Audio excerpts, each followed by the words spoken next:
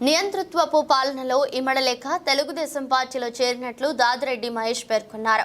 సిరివెల్ల మండల కేంద్రంలోని జనసేన పార్టీ కార్యాలయంలో స్టేట్ వారియర్ టీడీపీ నేత ఉల్లి వెంకట సుబ్బయ్య, జనసేన పార్టీ ఉమ్మడి జిల్లా లీగల్ సెల్ నేత దాదిరెడ్డి మధుసూదన్, బీజేపీ నేత రామకృష్ణ, సూపర్ 6 పథకాల ప్రచార ప్రతినిధి మద్దెల సుబ్బరాయుడు, ఇతర టీడీపీ, జనసేన, బీజేపీ నాయకుల సమక్షంలో విలేకరుల సమావేశం ఏర్పాటు చేశారు.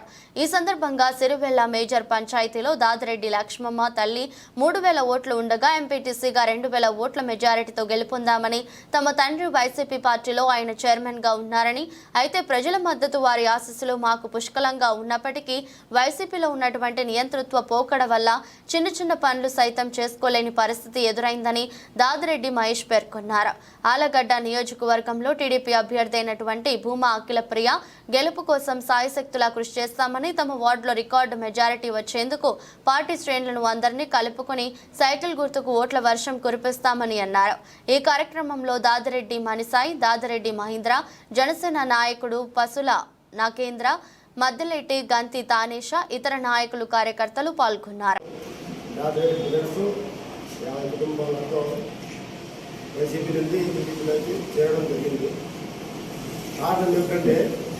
గత 15-20 సంవత్సరాల నుంచి మా నాన్న దేవాలయ చైర్మన్ వైసీపీలోనే ఉన్నారు, యువకుల గమనించారు.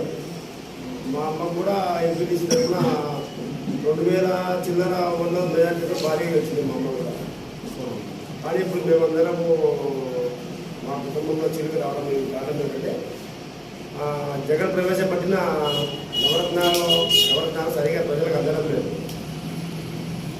ఎంపీటీసీ పరంగా 3000 ఓట్లు ఉంటాయి. ఆ 3000 జనాభాకు నవరత్నాలు సరిగా అందగా కూడా కారణం ఒకటి. ఇంకోటి ఏమిటంటే ఇక్కడ లోకల్ నాయకులు ఆధిపత్య ధోరణి వ్యవహరిస్తున్నారు. వితంతువులకు పింఛను రావడం లేదు, వృద్ధులకు వృద్ధాప్య పింఛను రావడం లేదు.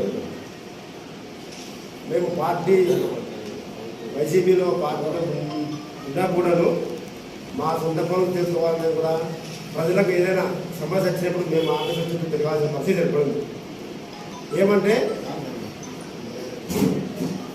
ఎక్కడ మామ అన్న కానీ ఒకరితో అక్కడ మామ అనకూడదు, మావి ఇవ్వాల్సిందే లేదు, ఇది విషయం అని చెప్పేసి అధికారులు సహా చెప్పడం జరిగింది. మామూలుగా అయితే మేము అందులో సంపాదించాం కాబట్టి మా సొంత పనులకు ఇవ్వగలుగుతాము.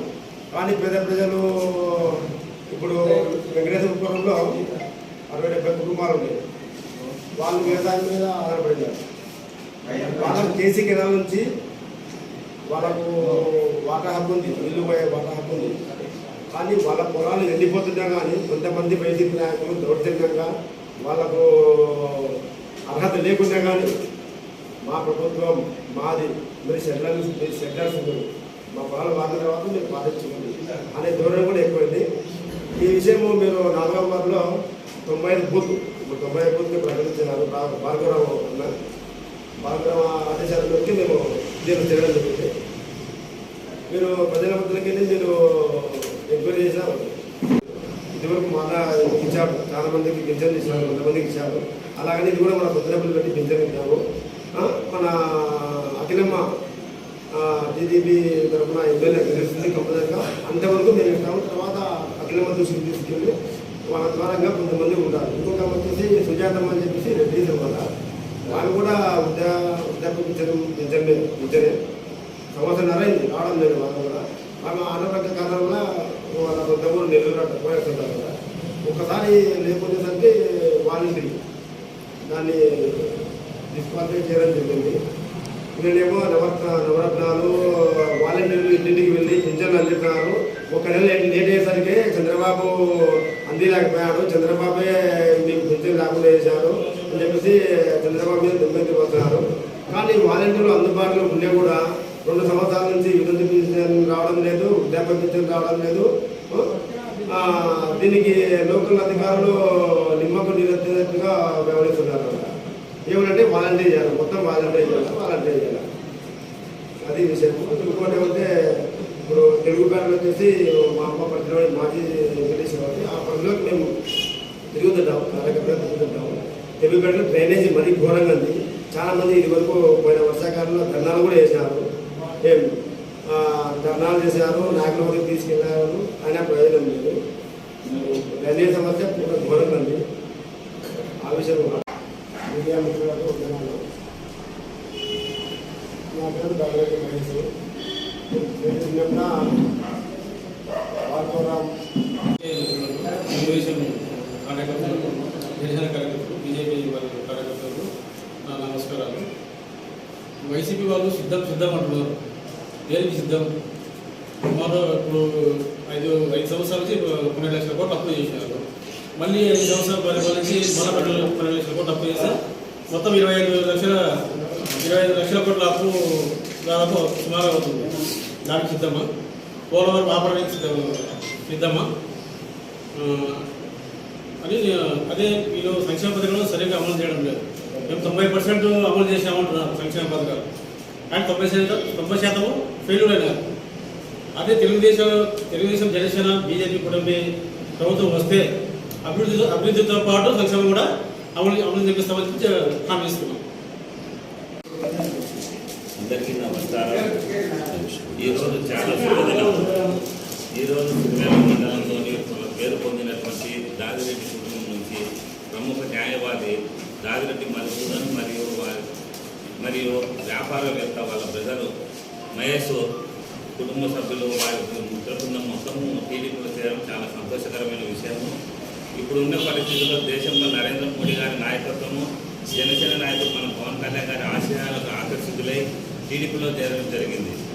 బీజేపీ, టీడీపీ, జనసేన కూటమిలో భాగంగా ఆలగడ్డ అసెంబ్లీ అభ్యర్థి మనకు ఉమా అఖిలప్రియ గారిని, పార్లమెంట్ అభ్యర్థి మనకు బైరెడ్డి శబరిక గారిని మేమంతా కలిసి చాలా అత్యధిక మేరతో గెలిపించుకుంటామని ఆశిస్తున్నాం.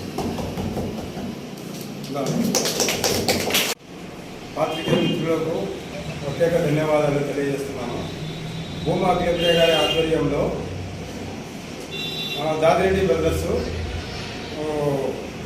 మహేష్ అయితేమి, మైపాల్ అయితేమి, మనీసాయి వీళ్ళందరూ కలిసి చేరినారు. ఆల్రెడీ కొత్తలో భాగంగా జన సైనికుడు అయినటువంటి legal adviser, district legal adviser వీళ్ళందరూ ఉమ్మడిగా భార్గవన్న సమక్షంలో జాయిన్ అయినందుకు స్టేట్ వారియర్ సభ్యునిగా తెలుగుదేశం పార్టీలోకి మనస్ఫూర్తిగా సాదరంగా ఆహ్వానం పలుకుతున్నాను.